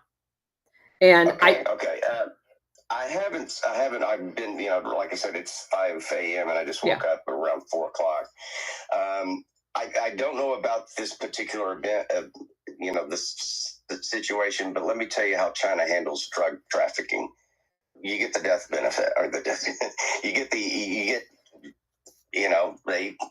They put you in jail, and then you get a death sentence. Death sentence. Yeah. Yeah, death sentence. Thank you. I'm still trying to wake up and haven't had my coffee. But yeah, China's very, very, it's a zero tolerance policy. I mean, let me give you an example just on like marijuana. I knew someone who was actually growing it in his house. He had bought some seeds online through either Taobao or one of the Amazon-like platforms. And they ended up finding out about it, and they called him down to the police station and put him in jail for 10 days, and they revoked his work visa. But yeah, if you're caught carrying or selling a certain amount or trafficking it, it's a death sentence. So whether you're a foreigner or a Chinese. Now, I know I think there's been some goodwill releases maybe about 6 weeks ago, where there was a guy that was released for drug trafficking. He was in jail for like 12 years. So there was a guy that was released, but the majority of people are going to get the death sentence. They have a zero tolerant policy. I mean, you go back to the opium wars and what they experienced, they're like, this is not going to happen in this country. So they are very strict. Okay, so I just looked one of the articles up, and it says they were actually dual citizens, but China doesn't recognize dual citizenship. So if you're a Chinese citizen, you are a Chinese citizen. They don't care if you have other citizenship. They don't recognize it at all. So if you're going to ask for Chinese citizenship, be prepared to comply with Chinese laws. It says that Trudeau had engaged in a request for clemency, but because China doesn't recognize quote unquote Canadian citizenship, they prosecuted them as Chinese citizens. And I don't think it actually happened like real recently. It's just that it was talked about yesterday by the foreign minister of Canada again, who brought it back up. So yeah, they don't tolerate it. You just not something you want to do. Here in China, they're very strict, and rightfully so, considering the past and the drugs that they had to deal with. So, and that's very interesting. Why? See, that's one of those kind of things where I put it over here in the part of my brain that I still haven't solved yet. It's still one of those open-ended questions. Because of China's history and because of their strict policies about this, and by China history, I mean that the British fought 2 wars forcing China to accept opium being trafficked into China. They literally fought both Boxer Rebellion wars, saying that we have every right in the world to flood your country with Indian opium. And when the Chinese government fought back, they lost both of those wars. And every time they lost a war, in concession to get a ceasefire, the UK got some piece of China. That's how they ended up with Hong Kong for their 99-year quote unquote lease, is because China lost a war, and the whole war was fought based on forcing the Chinese people to accept opium and the drugging of their people. And not only do they did that, they had British soldiers pointing their guns at Chinese people to take the opium. Yeah. So they could get them addicted to it. Yeah. The whole history of this is very awful. And again, not making excuses. But you go back to that Old Testament thing, and again, don't misunderstand me, because I am not saying I condone this. I do not. And I want to say that equivocally. I don't condone this. But this goes back to this thing that I keep seeing over and over again in all of these research projects. We were in Nicaragua, and the U.S. oligarchs went down there and corruptly bought all of the farmland that was the most beneficial farmland, right? So they throw out all of the medium income, middle American version of the Nicaraguans off their coffee farms and turn them into banana plantations.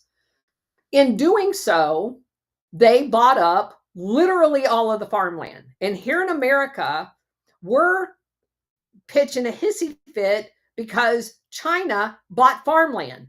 And yet our oligarchs, using the full force of the State Department and the military and the CIA would overthrow governments when they tried to take their farmland back. That boggles my mind. And that's kind of the whole thing that you get when you look at China. They were force-fed drugs for decades, like 100 years. And we are now accusing them of supplying the people that force-fed them drugs. And I don't know if they're doing it or not. But I think... Talking about fentanyl? Yeah, well, what I'm saying is, yes, I mean, they're being accused of supplying fentanyl to the West, right? But where was the outrage when the opium was being force-fed into China? Because the United States fought with the British to have that happen. I mean, we were present in Shanghai when this shit was going on. We didn't say, hey, Brits, we don't think that's a great idea. Well, the U.S. wasn't the belligerent in the opium wars either, though, right? They weren't what? We weren't. I mean, we were involved in the Boxer Rebellion. Yes, that's what I'm saying. And the opium wars. That was the 1840s, right? Yes, we were involved in it. And now we're acting outraged because it's being done to us, supposedly by the same people. So, You know, Colonel, you may have talked about this before, but regarding the fentanyl, China makes the precursor to fentanyl. They don't make the full, completed product. They are shipping it to Mexico, but I came across somebody posted something about who is actually transporting it across the border, and this was from the U.S. Border Protection News or site, but it's Americans that are bringing it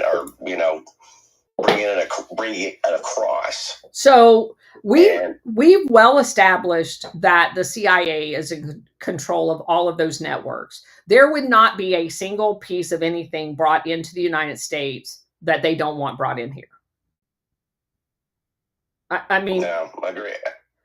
They should have closed down. I mean, honestly, in my opinion, they should have closed the border down 20 decades ago or 22 decades ago, and had the military down on the border. That's what should have been done. You mean when Reagan promised? You mean when Reagan promised to do that? Yeah, that's it should have been done. Yeah, and you want to talk about why you've got so many people that have died from it. And out on the streets, you can go back to the 60s, even the 50s, when we deinstitutionalized the healthcare. And the psych ward kind of sounds, it has a negative connotation, but, these psych wards served as a place where these people could recover and be treated. And they've put all these people out on the street. Yeah. True. A lot of things need to happen to fix the problem, but it's, and I know China, I was just reading today, I was asking Brock some questions about it, and, China has been doing its part with the U.S. government to be very controlling of the process and where these precursors go. Has it been a perfect process? Obviously no, but it stems from the Canadian border, and it stems from Mexico, and the border's not being tightly controlled like they should be. Correct. SR 71. Thank you, Colonel, and I want to thank everybody for attending. And Life in China, you just brought something up today that I just wish, Colonel, when you're talking about these 4 individuals supposedly that have been executed in China because of drug trafficking, I wish that would get published more. And the reason I do is because then people will open their eyes and say, maybe it's not China that's the problem. Yeah, it definitely makes you, it makes you question. It breaks that cognitive dissonance. Exactly. Yeah. Thank you, Colonel. Yeah. Captain, go ahead.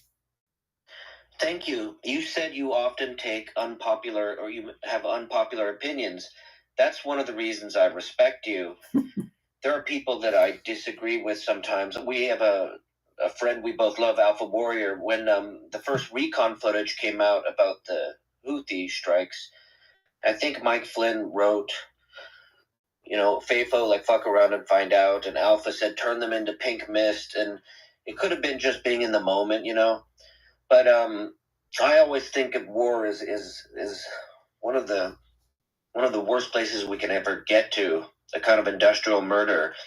And so when you just mentioned that alternate take, I appreciate that. Even when we don't go down to the different ideologies or the different reasons for a particular conflict, it's very helpful, as you have illustrated with Gladio, like to see things with nuance, because there may be other nuances and we never know what we don't know. And so it's good to have a certain epistemic humility. So thank you. I appreciate that. Sure. And let me share with you guys something. I'm very open and honest with you guys. I had someone that I consider, and I love General Flynn. Let me say that out loud, because, everybody's going to go, oh my God. I meant to say I disagree with people that I normally. No. This has nothing to do with what you just said, but you did remind me of something that I want to say this, just like cut. And then I want to say this because you reminded me, and I have not said this out loud, and I want to say it out loud because it has to do with what you were talking about. Someone I'm just going to say the Flynn circle, somebody that is very close to him, had made a comment, and this has been 2 or 3 weeks ago. And you guys know I like writing dissertations, especially when it's something to do with Gladio, when I think people don't know anything about Gladio. And so in my normal dissertation format, I explained why the comment that they had made was absolutely incorrect. Now, what's funny is, because I love all of you guys, by the way, offline, that person had DM'd me and thanked me for making my comment. Did not say another word.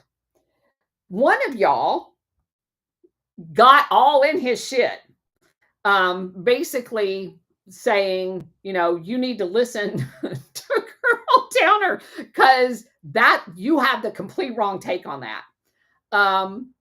And you were not too aggressive, but you did get in the shit. And of course, I laughed about it, and he responded, hey, I've already addressed this through a DM in a very nice, politically correct way. But that spurred this person to come back into my DMs and say, hey, I'd really like to explore this with you. Now, I'm just saying they didn't. They never called me. I gave them immediately my phone number. I would love to talk to someone in that circle about this, but they never followed up. And that has been a reoccurring thing. I will have somebody, and I'm not going to name names because some of these things may actually still happen, but I've had people reach out to me that come across one of our videos that you guys share and do an awesome job. And that's why I ask you guys on our threads, either the first one in the series of the threads, you guys we spend so much time doing the research. You guys have to repost those. You have no idea behind the scenes how much difference that makes. It is not about the clicks. I don't make more than a couple of dollars off of any of this, trust me. But what it does do is it gets our information in front of some people that could change the course of history. And recently, after Clayton Morris mentioned Gladio, and I would be willing to bet the only reason he knew it was from one of you guys reposting our post, okay? But however he knew it, he mentioned it on Tucker Carlson. So there are people that reach out and say, oh, hey, I want to talk to you about this. Not a single one of them ever follows up. Other than the people, of course, that like War Hamster and Alpha Warrior, of whose shows I actually go on. But these big people do not want to touch Operation Gladio. And the only way that that information is going to get out is through you guys. Tim, go ahead.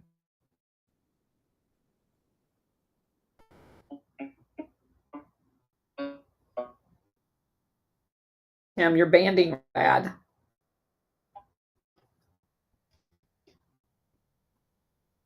Can you hear him, Bridget?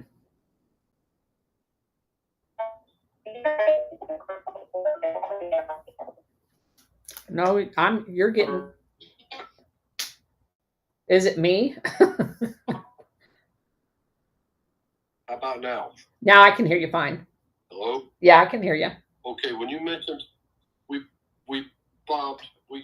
loaded China for 100 years with heroin, and then we accused China of fentanyl import here. It's like accusing them of doing what we did to them. A light bulb went off my head. We totally blamed China for the origin of COVID. And you know, they first denied the fact that it was a man-made bioweapon. Well, that got busted a while back. But the official narrative was, well, it's China, you know, and Russia and Putin, they've got their own, you know, they got their concerns that we originated COVID with those biolabs over in the Ukraine. The point I'm getting to is I'm seeing a pattern, you know, Yes. from the Gladio research. Yes. You know, they accuse the other people of doing what they're doing. So And you're absolutely right, Tim. The actual creation of COVID and that cleavage and all that other stuff, and I'm not gonna. Those are terms I don't even. I'm not familiar enough with all of that research, but it was created in North Carolina and at Fort Detrick. That was done in America, and then they exported it. You know, people have claimed to Ukraine, and then Ford deployed it to Wuhan. But our research into Battelle, that contractor that has their biggest contract was with Health and Human Services. They get billions of our dollars every year. They provide the lab security. So you want to talk about who is responsible for the quote unquote leak out of the Wuhan lab? Well, how about the people that actually maintain that facility, which is that Battelle company? I'm so grateful for you and your research. You know, especially with the JFK file dissemination, I feel like I got a prep course for it. And I just, again, thank you. And your work is paying off, because I'm seeing this Gladio stuff expanding. Again, I'm a little bitty, but I'm getting started. But I'm telling you, you are awesome, and thank you for your work. Well, you're welcome. And I'm not going to stop until it is common knowledge. So I'm hoping it gets there quicker so that I can get my life back, but we're not stopping until it's common knowledge. Southern, go ahead. I've been in medical my entire career, and I'm in North Carolina. In 1965,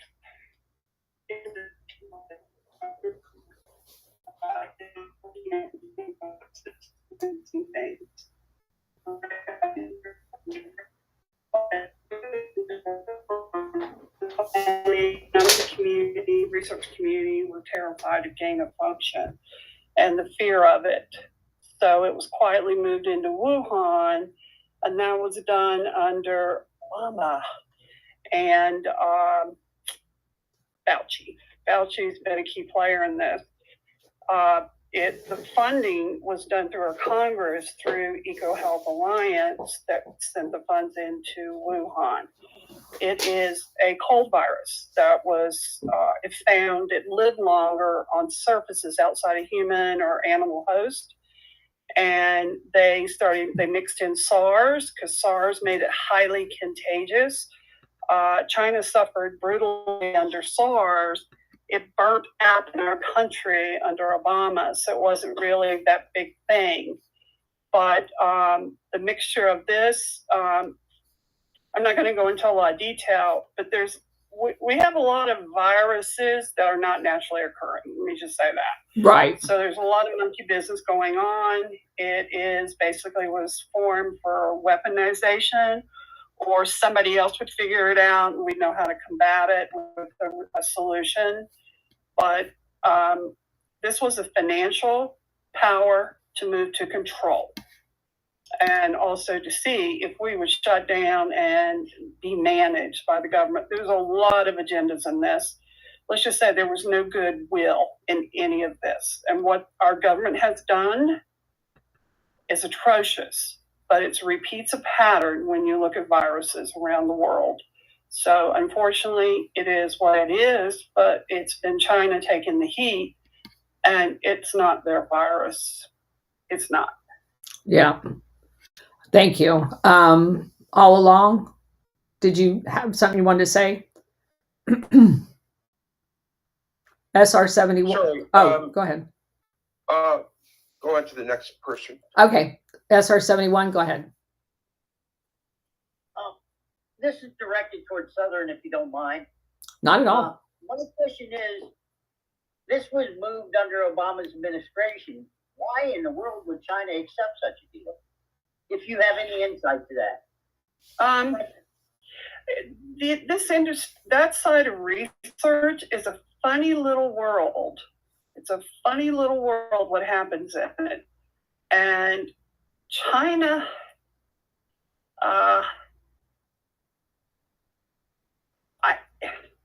I've never gotten a really good answer on that. But the thing that matter of fact, I'm from 5 generations of military in my family. I'm not in the military, but and I'm very good friends with the son of the biggest virologist in the military. And they look at weaponization of this stuff. It's a dark little corner. Everybody says it's going to be nuclear power. It takes it down. It's going to be something we can't even see. And that's kind of been a control play globally or different countries and things. It's very disturbing. But China has participated with labs. But Ukraine's a little dirty secret that needs to get out loudly, because I keep waiting for a missile to hit a lab there, and it terrifies me. And I know every one of the pharmaceutical companies here. They're all globe-based. They're not U.S.-based. Technically a few are with the ownerships and all that, but it's still kind of the old school mentality there. But the reality is, money walks, money talks. Well, we have weapons, actually, and it's not classified, because Russia has these weapons too, that basically when they explode, they do an implosion as opposed to an explosion. And there are a lot of people, based on the initial munition targets that Russia did, that believes a lot of the biolabs, at least the ones that had the most dangerous in it, was taken out as one of the first waves of attacks on Ukraine using that technology. I hope so, Colonel, because Ukrainians are just decimated, and they're terrifying. It's just terrifying. People are just now seeing documents, which I've known for a long time. The tick getting Lyme disease. We created that. Right. And they're using ticks in the Georgia, the country of Georgia's labs, which are also under that same contract with Battelle. Yep. So, yeah. But this is something I'll never understand. And I was hopeful with John Ratcliffe that he actually asked for every CIA agent to resign. They sent out a blanket email. He's got his hands full. He definitely has his hands full. Colonel, do you think I believe, obviously, we have to do well in 2026 so we can maintain the last 2 years, and hopefully J.D. Vance, whatever, we continue to move this through. and prayerfully get 12 years. Do you think we can clean up the CIA? Well, it's really, you can eliminate the CIA. I don't think it needs to be cleaned up. It has to go away. The CIA is not a central intelligence. It doesn't work for the United States government. We have other intelligence functions, both at the NSA and DIA under the Department of Defense. The only time or the only reason that you should be collecting intelligence is for the actual national security of the United States, not for the industrial complex that the CIA supports. And if it's for the national security of the United States, then it ought to be in the department that's responsible for the national security of the United States, which is the Department of Defense. And I don't say that because I love the Department of Defense, because I don't. But if you're going to have intelligence in order to secure our homeland, then the people that are responsible for the homeland ought to be the one collecting the types of information that they need. And had we stayed with that model, which was the model we had before World War II, we wouldn't be in the big mess necessarily that we're in now. The CIA has led us into one quagmire after another based on fake, false, quote unquote, intelligence in order for us to be active in countries that their real bosses, which are the oligarchs, want to steal the resources in. So yes, the CIA needs to be wiped off the map, period. And I think we should leave NATO. 100%. All along, go ahead.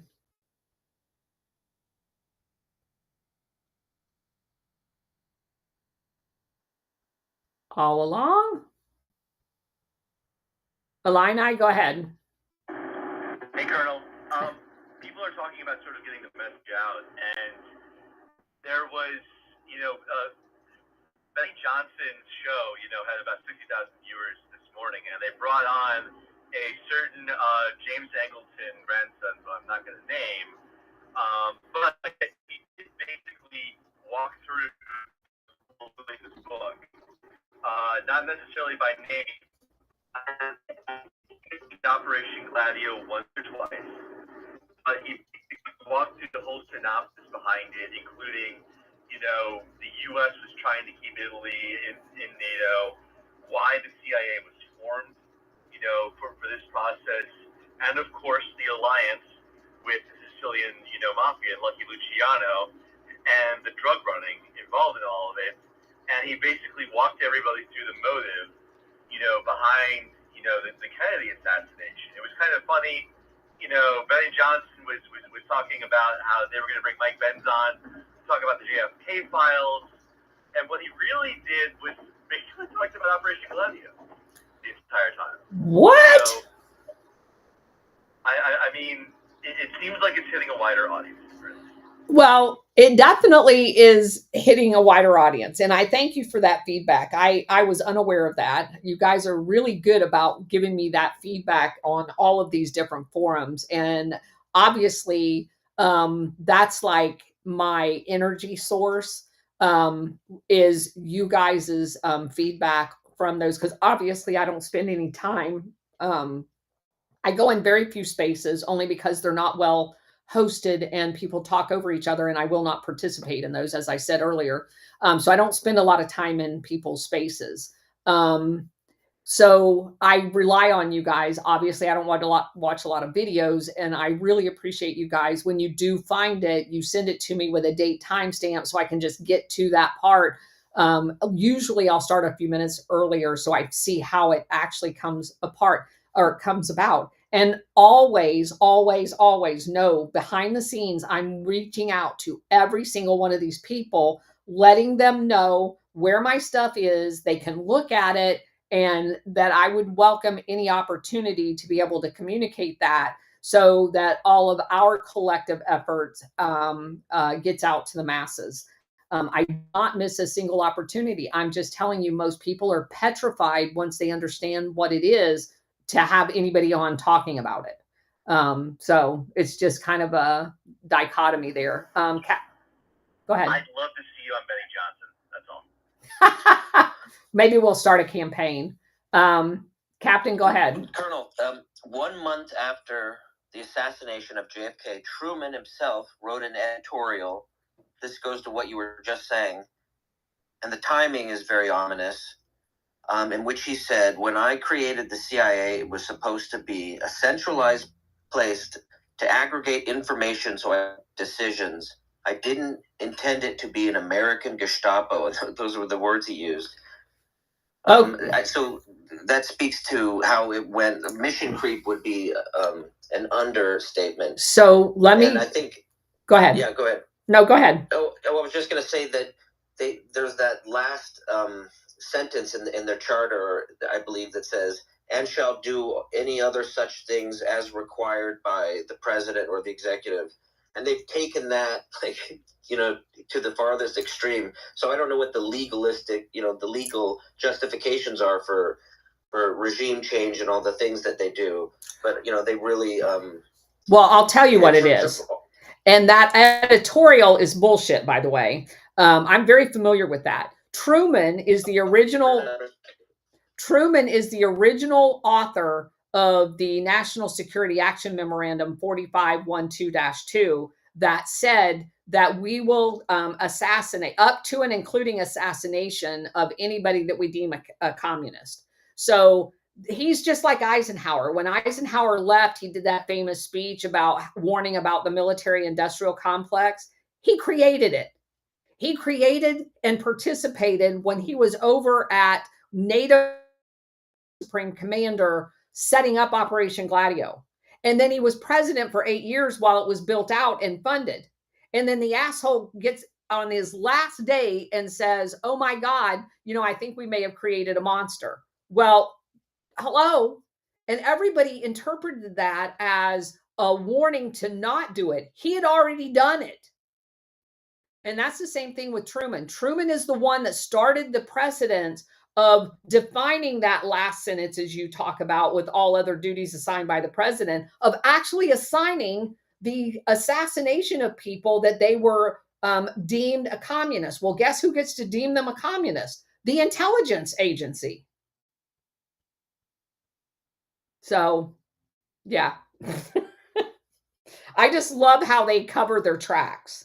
And that's why it requires you to look into like the background. You read, 10 or 20 books on this stuff and you're like, wait a minute. Because obviously that's one of the big things over the course of, that is one of the things that in Eisenhower's big, because they want to say how good we've been as the stewards of the military-industrial complex when they're brainwashing you in professional military education. And they tell you about, Truman's thing, "Oh my God, I created a monster." And so you have to be very careful about the presidential powers and all that stuff. And then when you start reading about all this stuff and you find out, well, wait a minute.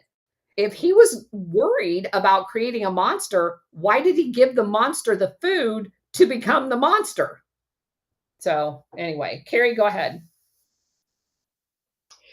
Yeah, I missed something you were saying because someone was talking over you, and I just want to give some advice about when you're talking. When you're done talking, just mute your mic and then let the colonel talk. People are very good about that, Carrie. I usually end up talking over people because I get too excited to answer their question first. That's kind of my thing. I'm very appreciative of everybody in here. They are very respectful for everybody else, and Bridget throws them out when they're not. Well, I missed the part about the Russian weapon. You were cut off, and I didn't get all of that. But again, that was my fault because I cut her off.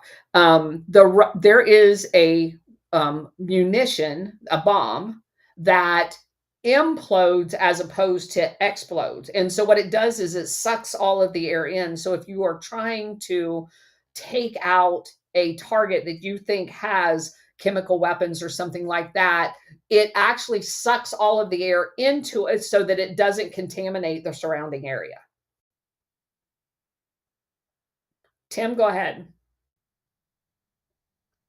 Carl, I think the group's missing the mark. I mean, I want the CIA to go away too, but just shutting the building down and firing all those people won't change anything. I mean, No. Fire Dulles and look.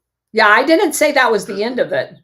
You're right. I didn't say that was the end of it. Jimmy Carter tried that by firing the entire clandestine crew. You can't halfway do it, but that's the reason why Trump's cutting off all of the tentacles first before he takes the headshot. And that was proverbial. I didn't mean that like literally. Yeah, so the defunding of the National Endowment for Democracy, the defunding of the USAID, he is cutting off the tentacles. They took out one of the, and actually there's been several drug cartel operations that are taking off the tentacles of this monstrosity. The reestablishment of El Salvador as a sovereign country, Argentina as a sovereign country. They're creating models of how to rebuild after the destruction of having your government overthrown by the CIA, because that's the case in both of those. It's not going to be an overnight process, but you're right. Closing it down is not the end of it.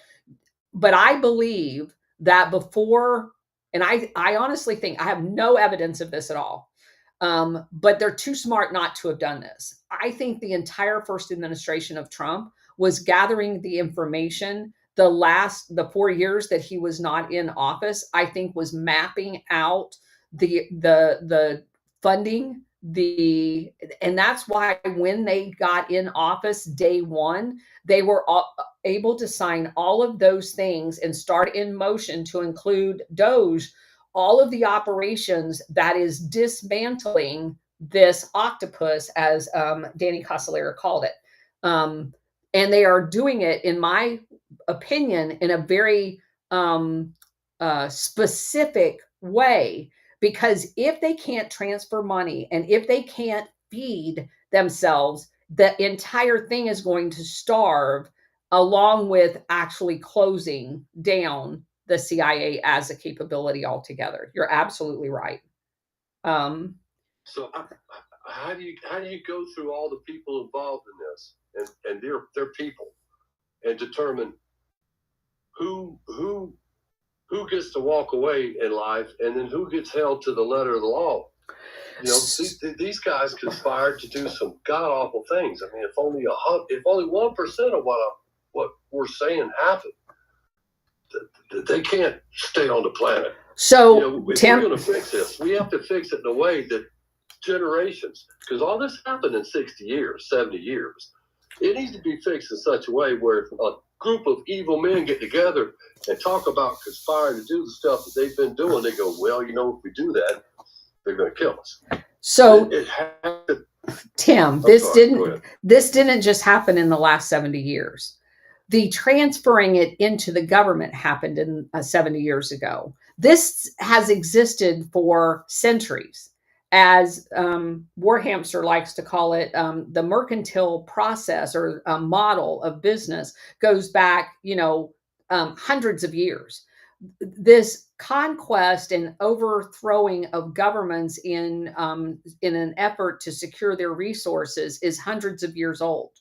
The brilliance of these evil bastards was they bore, once we came to this quote unquote republic model or democracy in Europe, the onus of the militant aspect of it prior to World War II was put on the companies that wanted to go do business outside of their country. So if you're Ford and you want to sell tractors or whatever, cars in Europe, you were responsible for going and doing your own intelligence, and you were responsible for protecting a security perspective of all of your resources in that foreign country. You got no protection to do any of that. You're on your own if you want to go. Otherwise, just do business in the United States and be protected by all of the apparatus of the United States. And so these companies in their global quest, like Rockefeller and all of them, they wanted to branch out and basically own everything. And they bore the responsibility of both an intelligence apparatus and a militant apparatus in order to protect the resources in those other countries, whether it was hiring private security or whatever. It came out of their bottom line. That's the bottom line.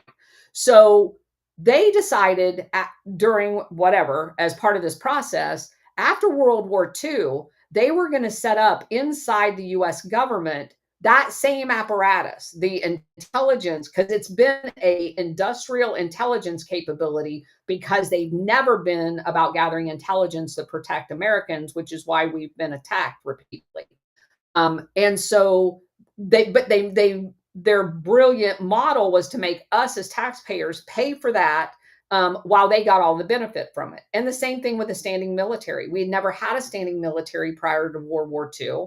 And this standing military has went around and protected the opium fields that pay the CIA to do the covert actions for the industrialists. It's like this round self-licking ice cream cone, all at our expense. So they turned us into slaves to pay for their industrial exploitation of the world. And when you think about it from a business model, it's brilliant. It's criminal, but it's brilliant. But people were asleep and we let them do it.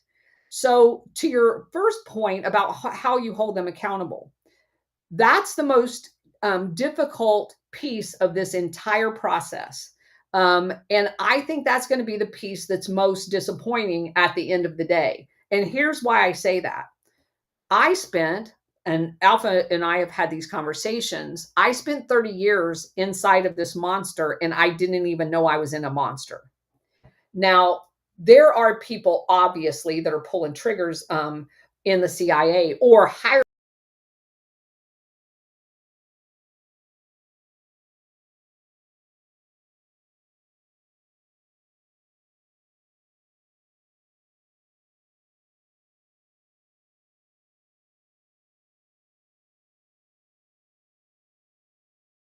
Did know, and you didn't know. Now, obviously, there's going to be some smoking guns, but the entire military for decades was brainwashed to believe that communism was as aggressive as the CIA told us it was, and that if we didn't go out and do things to protect the homeland over there, that it was going to come here. Now, where do you draw the line on who you hold accountable for that? Did the 4 stars have intelligence that told them that that was never the case? Some of them did, clearly. People like Lyman Lemonsker. I would venture to say most NATO commanders all had that information. Does that mean that the 3-star below him did? Probably not. Who was read into that information and who wasn't? There are records of who's held clearances with those types of caveats onto the clearances. So it is going to be a very interesting, and I'm glad I'm not in the middle of it, process on how you hold those people accountable. But I believe to the largest extent possible, that's going to happen. And if it means just cutting off the top portion of it, of people that we know were read into those operations and holding them accountable, we're going to be a hell of a lot better off than we were yesterday or 10 years ago. And then you prevent the recreation of these things. But one of the tentacles is these fake companies that they set up, these fronts, the NGOs. That all has to be dealt with as part of this whole process of dismantling it. Southern, you guys were over 6, and I really do need to go because I have another podcast with War Hamster coming up real quick, and I still have to eat dinner. So, Southern, why don't you go ahead and say your last bit in a very abbreviated way, and then we will come back tomorrow. I just wanted to thank you, because what you said about Trump probably put some of this plan in place while he was in office. If you go back and look at USAID, he tried to chop them to the bone, but he didn't have the power in Congress to do it. But he was able to take some of it out. So I agree. He knew then. Yeah.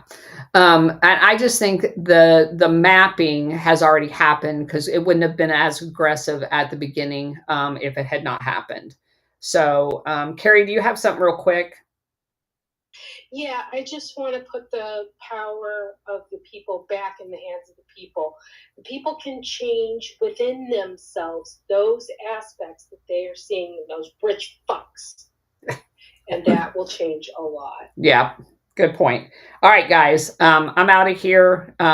If you guys want to come watch the 302 show, I will be sending out the link to it as soon as I get it. I'd love to have you guys in the chat. Otherwise, I will see you tomorrow at 4. See you then. Bye. Are you guys going to be putting it on here too, or is it just going to be on Rumble? I don't know. He's in control of it. It's not my feed, so I don't know where all he. I do believe he simulcast it to X. I just don't know that. But I'll DM and ask him, and then I'll let you guys know. All right. Thank you, Colonel. Sure. Thanks, everybody. Thank you. All right, guys. I gotta run. I'm starving. I haven't ate all day. So thanks for everybody for being here. And again, we'll be on in just a few minutes with the other show. See ya.